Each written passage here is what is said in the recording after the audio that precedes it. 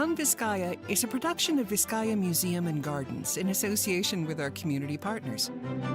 Together, we're building a legacy of story sharing that honors Miami's past, illuminates its present, and safeguards its future.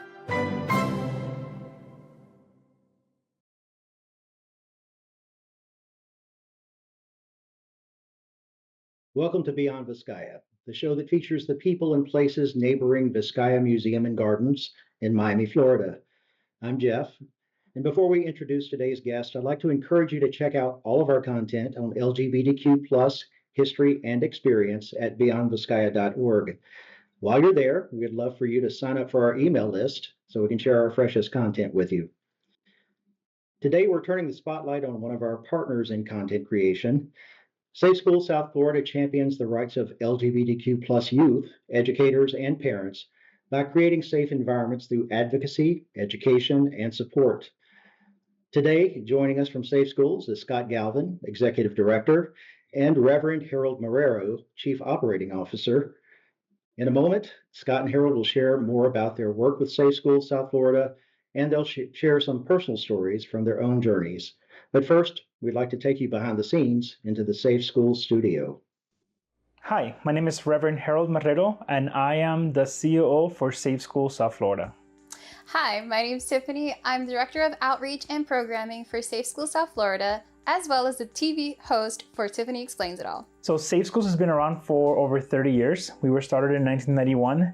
And we are an organization that was started by educators to protect educators, and eventually with the goal of also protecting LGBTQ plus children, particularly students in middle school and high school. The first year that I was doing stuff for Safe Schools, I was actually just a host personnel. So I was just doing the Tiffany Explains It All show and, going to events and stuff like that. And it wasn't until I think my second year into it that they asked me to be part of the actual staff and getting to go to high schools and talking to students and stuff like that. So that's kind of how I quote unquote kind of stumbled upon my position. I have been with the organization for a very long time, since I was in my early 20s. I started out as a volunteer, and then I was a youth speaker for the organization. I was eventually brought on to be the web developer and marketing person. And during the pandemic, Scott asked me to step up and to do some more digital programming because we weren't allowed to be back in the schools.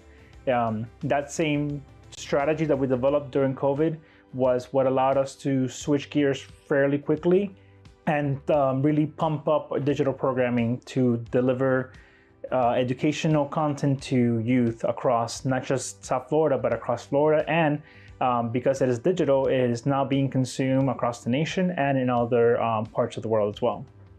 One of them is Tiffany Explains It All, which is based on Clarissa Explains It All from Nickelodeon, and it's really just like a show that is fun, that is Tiffany talking about different genres, anime, films, cartoons, and it looks at it through a queer perspective. So how did this format of entertainment inspire queer millennials and continue to inspire queer Gen Zs today? I was told the show idea from Harold.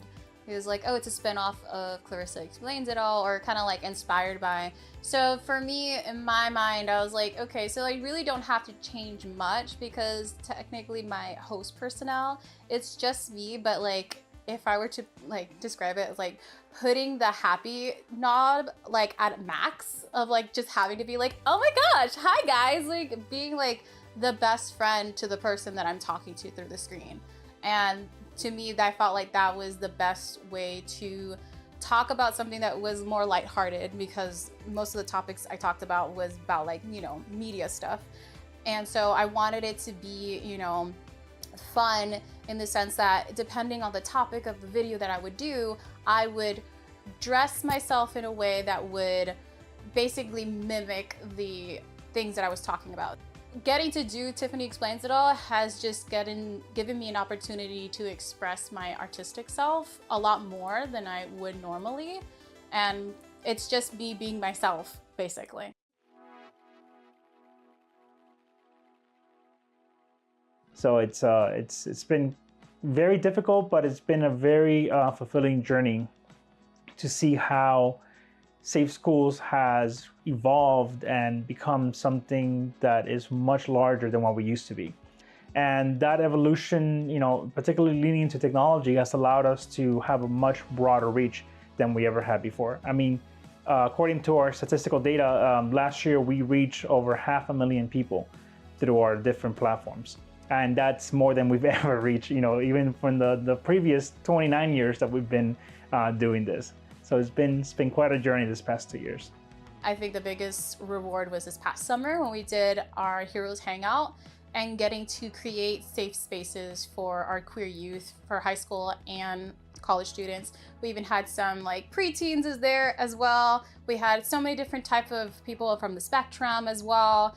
And it was so interesting getting to see everyone from all different branches, intersectionalities, disabilities, things like that, to come together for one common thing, which was just talking about comic books or video games or anime, and then getting to take them to an actual convention, and they really enjoyed it. So I'm looking forward to the next projects we have going on for the rest of the school year.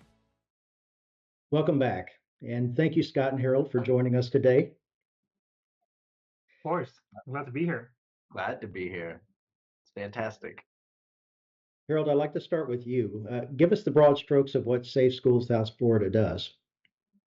Yeah, since 1991, Safe Schools South Florida has been at the forefront of advocacy for LGBTQ plus youth, educators, and parents across South Florida. As the only organization that we really made up of a bunch of educators and people that really care about the needs of our students, we have been, very influential in how we protect our youth, how we protect our educators, and how we empower our parents to make good decisions for their kids regarding a lot of what you see happening here in Florida and across really the country. Our work spans from empowering LGBTQ plus youth through education and advocacy to providing crucial support systems. We address issues like anti-bullying, mental health, and HIV and AIDS awareness, plus no-nonsense safe sex education, which the kids are not getting right now in our school systems. So we really want to ensure that all students, our educators, and their parents have the resources that they need to succeed and to really be their most authentic self. And that's what it's really all about. Plus, we also want to bring some fun. Too many times there's a lot of focus on the negatives of what's happening in the world. We want to give our kids the opportunity to not only learn about that and be empowered and supported for that, but also just have a good time and see that it is not all bad. There are pockets of hope, there are pockets of fun, and that's where we really want to shine and help, create safe environments for all people, but particularly our LGBTQ plus youth here in South Florida. Super cool. And we'll talk about the applications of that in a minute. But first, Scott, I wanted to see if you would just tell us a little bit about Safe Schools history. It's been around for more than 30 years. Sure. We were founded in 1991 by Robert Lupo. Robert Lupo was a Dade County public school teacher. He was openly queer, and being that at that time period, for those of us of a certain age who remember the Anita Bryant years, which were the late 70s into the early 80s, only a few years later is Robert openly queer as a school teacher. He saw the need for public school teachers to be able to access information to talk to their LGBTQ plus youth. That was not easy to come by at that point because in the early 90s, the internet didn't even exist. So you had to hope there was something published somewhere that you could put your hands on. And even then, what do? Go run down to the teacher's lounge and make photocopies and then mail it to everybody? Robert knew that there was a space that needed to be filled for queer teachers to not only come together to get resource and information for their kids, but also just to talk to one another. Like me back in high school in the 80s, I didn't know any other gay people. Nobody was out. Nobody talked about things like that. So Robert recognized that in the early 90s when he founded Safe Schools. There was really a space for teachers to be able to come together just in congregation with each other, to be able to know that they all existed and to maybe have a couple of glasses of wine together and enjoy. Got it. Well, Safe Schools obviously had a very strong foundation, but like lots of organizations, it's had to pivot in the last few years. The world has changed in quite a few ways. And that pivot had a lot to do with both you and Harold meeting. So why don't you tell us that story? So traditionally in schools between 1991 and essentially 2020, we worked with school teachers with the blessing of school administrations and the school boards. We worked inside of schools with the Gay Straight Alliance clubs. And some of your listeners or watchers might be familiar with those. There were groups of kids that would come together like any other club after school to fraternize with each other. So for 3 decades, the better part of 3 decades, that's how we operated. We did training sessions for school teachers to be able to understand the LGBTQ alphabet, which can even be confusing for some of us. It gave them the opportunity to talk to one another, learn a few things, to give some support to their kids. And then along came COVID. COVID shut down the schools, absolutely, literally. Now, Safe Schools relies on donations. I had just come into the executive director's position in early 2020 when COVID shut down the schools. We had grant deadlines we still had to meet to be able to receive funding. I wasn't going to be able to just have the luxury of saying, well, hey, schools are closed. We don't know when they're going to reopen. We'll wait till after it's over. I mean, at that moment, we all remember the panic. Was it going to be a year, 2 years? Was this going to be something that affected us the rest of our lives? So I had to come up with another way for us to be able to do outreach to kids. I knew the kids were still there. Well, it doesn't take a brain surgeon to realize that the internet and video was the way to reach kids. My church, First United Methodist Church, was doing some really cool stuff at the beginning of COVID. Broadcasting church services live stream, Facebook, doing some creative stuff with storytelling for kids. I was like, well, this is really cool.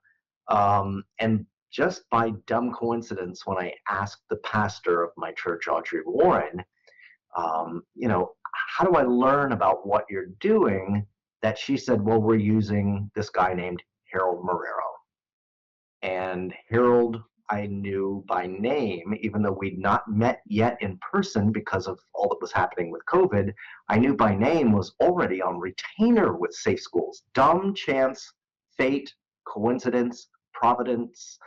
So when Audrey said, Pastor Warren said, it's this guy named Harold, I already had Harold's number in my phone and called him and said, hey, what can we do to bring Safe Schools programs to kids during COVID in a fun and digital manner? And that's where I reached out to Harold.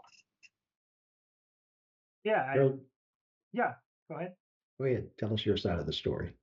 Yeah, I still remember when I got the phone call, my husband and I, we were walking outside because it was, we've been indoors for so long, and we started taking walks. And as soon as Scott said, hey, I want to do something digital like you've been doing with First United Methodist Church of Miami, I said, yes, let's do it. I took on that challenge, even though I had never done something like that before, because I knew that it was important. I knew that we had to do something to reach our youth where they were at, and they weren't in schools anymore. So they were still, still have access to their phones, still have access to the internet. So I really wanted to, work with Scott to do something cool and innovative. And I've been very fortunate to have someone like Scott in my life who sees ideas and just says, yes, let's do it. Really jump on things and develop things fairly quickly. So, very almost like in a couple of weeks, we got some youth to send us their videos of them talking about different things, different subjects. We had celebrities send us messages of hope and of messages that said this will end. Keep the faith, keep holding on. Things are going to get better. We had local celebrities and local drag talent also do the same thing. We had some educational workshops for kids. We had yoga. We had HIV training. We did all this during the pandemic when very few organizations that were serving youth were reaching them when they were at. And this really gave us the tools and the resources for us to then continue to do this digital pivot when Don't Say Gay became law. Because like we weren't able to be in the schools because of the pandemic, when schools did start, that's when Don't Say Gay came into effect. So we weren't able to go into the schools again, but we already had a platform. We already had something, a good foundation for us to continue the work that we were doing. And that was one of those things that really, really helped us not only remain relevant, but also continue to reach the kids where they were at. And if I can, I want to give a shout out to Amara La Negra and Perez Hilton for being those celebrities that stepped up in the early days. They didn't know who we were. Our kids know who they are, but the idea was that they would step up so quickly to say, hey, yes, we all recognize we're in this together. This is such a weird time. We'll record PSAs for you, essentially is what it was. So Amara and Perez were absolute champions in the moment. Well, speaking of champions, Scott, one of the things that I really appreciate about Safe Schools is how it affirms and uplifts the concept of otherness, folks for whom the traditional labels don't apply. So how intentional has that been? And what are some of the tools that you're using to do that? So in high school, I was a big nerd. Some people would still believe that I am today, but I was certifiably a nerd. Me and my friends used to host Star Trek parties. And in the homecoming parade in 1985, a bunch of us dressed up like V, for those of you who are really into science fiction. We were nerds. We were others. We were outcasts. I've always been drawn to that, I think, in a lot of different ways. So in recent months with Safe Schools, we had a partnership with the South Florida SuperCon, or the Florida SuperCon, excuse me. And that's the big comic book convention that happens on Miami Beach at the Miami Beach Convention Center on an annual basis. And they asked us to run some youth programming for them. We did, but we not only did it the weekend of SuperCon during July, we did it in a series of workshops leading up to that. We wanted to build momentum and build a place where kids could come together to celebrate otherness, being nerds, being science fiction, being comic books. And it just really came out well because we ran these series of heroes hangouts, as we called them, these workshops designed to build up around Florida SuperCon. And we didn't advertise any of it as LGBTQ or queer. We recognize there's already an overlap between some of those natural audiences, sort of like theater clubs and music groups. They tend to draw the LGBTQ community. We just put on a series of workshops building towards SuperCon, built around the comic book world. And it really went off well. It was the first time we had delved into doing in-person, independent youth groups. Remember, we couldn't do things inside schools anymore because COVID led immediately into Don't Say Gay. Schools are shut down for us. That was our traditional world. Now, how do we do something separate and different? And the Heroes Hangouts leading up to SuperCon were super fantastically received. Harold? Yeah, and I would add to that for me, I have been very fortunate to develop my academic career in very progressive spaces. And one of the things that I made sure that to really focus on is this whole concept of queerness and expanding queerness. And like Scott, I am a nerd. I love Star Trek. I love that whole concept of we are so much more than the labels that people put in us. We are so much more than even the person that we were at any given time. We are allowed to evolve. And part of what I wanted to do with Safe Schools is really showcase how much we have been influenced by media, by the things that we grew up with, by Captain Planet, by Sailor Moon when it comes to anime, by Gundam and the many concepts that it has, by you know, Star Trek and Star Wars and all of these things, even superheroes. You know, yes, there are at times lack of representation, but there are concepts in there that are inherently queer. And when we talk about expanding queerness, we need to understand that, you know, there is, whenever one falls outside of the heteronormative hegemony that exists right now, you have fallen into what it means to be queer. You've fallen into this queer space. And what Safe Schools has been doing is really create these spaces for people that may not even have a label for themselves, but they feel they want to be around other people that truly accept and embrace their authenticity. So it doesn't matter who you are or like what you do or who you say you are welcome in our spaces.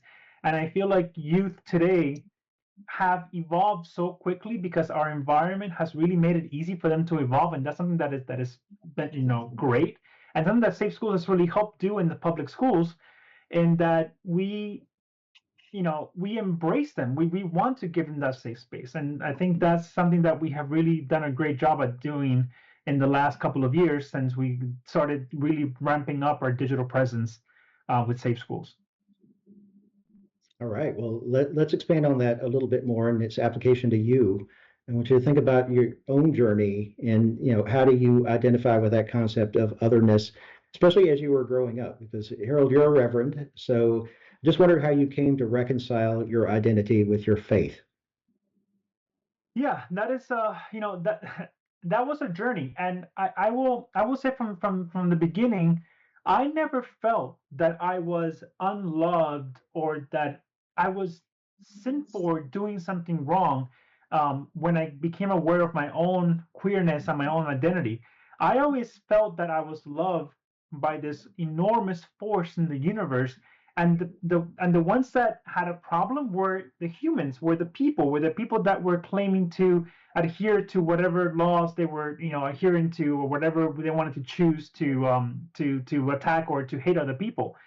I i never felt that, and because I never felt that, I never felt like I should make other people feel othered. You know, I remember that my friend groups growing up were very diverse, and in high school, I, even though I was part of the, you know, quote unquote the popular kids, I wasn't part of that group. I actually created my own group with the outcasts of all of the other groups, and we all met. You know, we all got together at the band hall. We had people that like anime, we had drama kids, we had band kids, we had the smart kids, we had the kids that were in sports, and all of those people were part of this little collective that I was able to put together in high school, and that, you know, learning from each other's otherness made high school so much more bearable for me, and it for me it lays out this whole concept of what it means to be queer and what it means to be accepted for exactly who you are and for the person that you will become and that you are becoming, because we're not stuck in time. We evolve, we grow. And I've always wanted to create community and create a space that allows that. And for me, the church at its best does that. And that is something that I really have worked really hard to bring to Safe Schools as well, which is that creation of a space that affirms people for who they are, where they're at, and encourages them and empowers them to grow and to be better and to do better and to be their most authentic self. And that's something that is very important for me. So, Scott, you share a little bit of that philosophy too, but you've taken a different track. So you're a Miami native, going back, as you told me, back to the days when it was pronounced Miami. Miami. And you're also the longest serving queer legislator in Florida. Would you share a little bit about that journey, you know, how it started for you, and how does your identity factor into your desire to be in public service? Because you're making a transition soon, right? Sure. Yeah, in about 8 days. So I grew up here in Dade County in the city of North Miami. The question I always tell people, whatever your question is for me biographically, the answer is always going to be North Miami. I've been here all 55 years of my life. Where did I go to elementary? Where did I go to junior high? Where did I go to high school? Where did I graduate college? North Miami, North Miami, North Miami. I am so thrilled that I stayed in South Florida. Anybody who was here in the late 70s and the early 80s, which were my formative years, you know that our culture, our makeup as a city was vastly different. That's where I throw in the Miami reference, that old Florida cracker accent. And then came the Mariel boat lift, and then came the riots, the McDuffie riots of the early 80s, and then came Miami Vice. I absolutely love the melting pot, the flavors, the spices, and everything else that South Florida has evolved into. Christo's, Surrounded Islands. I mean, these were my junior high and high school years. At a time when a lot of people I grew up with moved away, I stayed here, and I decided that I was going to run for office and get involved in the community and work to return to my hometown. North Miami is my hometown. The great things that it had provided me growing up. So that's where I got involved in local politics. When I came out, I did so that nobody would use that as a weapon against me. The fact that I was queer, that I was gay. North Miami is not a gayborhood. For those of you who aren't familiar anymore, we are not Wilton Manors. We are not South Beach. Coming out as a public official was risky. I didn't realize that I would be the first. You would have guessed, certainly there must have been somebody in the 70s or 80s who'd gotten elected to a city commission who was openly gay. But because of the response that I got from the Miami Herald and other publications, it became apparent that, okay, so nobody had blazed this path before. I did so because it was the right thing to do, and I didn't want anybody to say that I was ashamed of being gay. As it's turned out 25 years later, it's still super hard to find openly queer elected officials in Dade County. There's only 5 or 6 of us. I'll go out on a limb. I'm proud that I've been able to not only represent my hometown in a way that, they named a community center after me. I'm sitting here right now talking to you from the Scott Galvin Community Center. They named a building after me while I'm still alive. So I'm proud that not only I've represented North Miami well, but hopefully represented the queer community well as much. So among your plans for Safe Schools is to host a prom for queer youth at Vizcaya. What's the significance of that event for those youth, and why Vizcaya for the venue? So Vizcaya is the preeminent beautiful place. I'm not just saying that because we're on Beyond Vizcaya with you. I mean, obviously, we set this up before we even had this podcast. Anybody who knows South Florida knows that Vizcaya is the place that you go to take wedding photos or quinceañera photos, or just see the beautiful bay and see this architecture of this building that was designed by a gay man, which I only recently learned. There is no better place, more appropriate place to have a queer prom than Vizcaya. So when we talked about doing something, Harold and I and Tiffany, it was a natural to say, let's do it there, because we didn't want to do it in some darkened library on a Friday afternoon. We wanted to do it over the top and special and make the kids feel absolutely special about being there. So we're super excited. It's going to be May 31st of 2025, and we're going to welcome queer kids from around South Florida to come and have a traditional prom, a real prom with ball gowns and limos and everything else that you and I might remember from our prom in the days gone by. We're really, really excited about it. Harold, do you want to add something? Yeah, part of our whole mission is to create these fun activities and fun spaces for our kids and for our youth. And traditionally, this is really, for me, it's a sense of equity and giving our kids, our youth, the same level of attention and the same level of fun that they'll get in a traditional prom. Usually, like as Scott mentioned, these queer proms are secondary. They're a second thought to the main prom. They're done in libraries or in a basement somewhere, and it's not the same level of detail, the same level of grandeur, the same level of fun. It's not injected into it. So we really wanted to do that. We really wanted to give the kids an opportunity to just be themselves, but be themselves in a very grand way.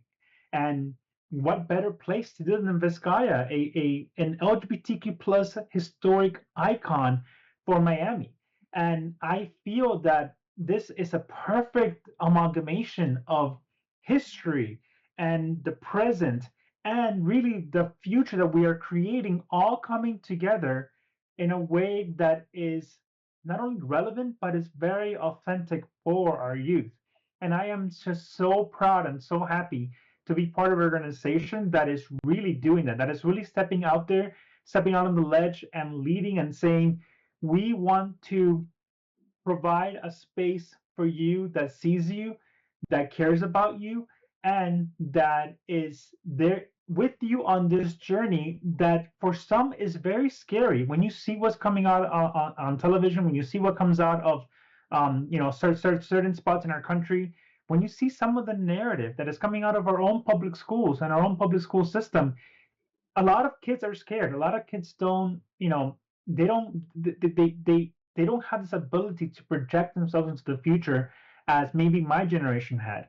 So I want to give them a sense of fun, of equity, of just being themselves and being themselves in ways that they see them, that how they see themselves reflected in the mirror.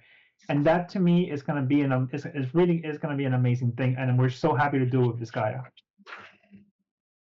Awesome. Well, Scott, you were mentioning earlier that there's a potential for folks to help make this prom possible. You talk a little bit about that, and then Harold, maybe you'll share some of the ways that folks can connect with Safe Schools on social media. Sure.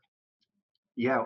So for anybody listening and watching who wants to follow Safe Schools and stay in touch, not just with the prom buildup, but with all the other things that we're doing, we are running our own independent youth groups right now at 4 different faith-based locations across South Florida, 3 in Dade and 1 in Broward.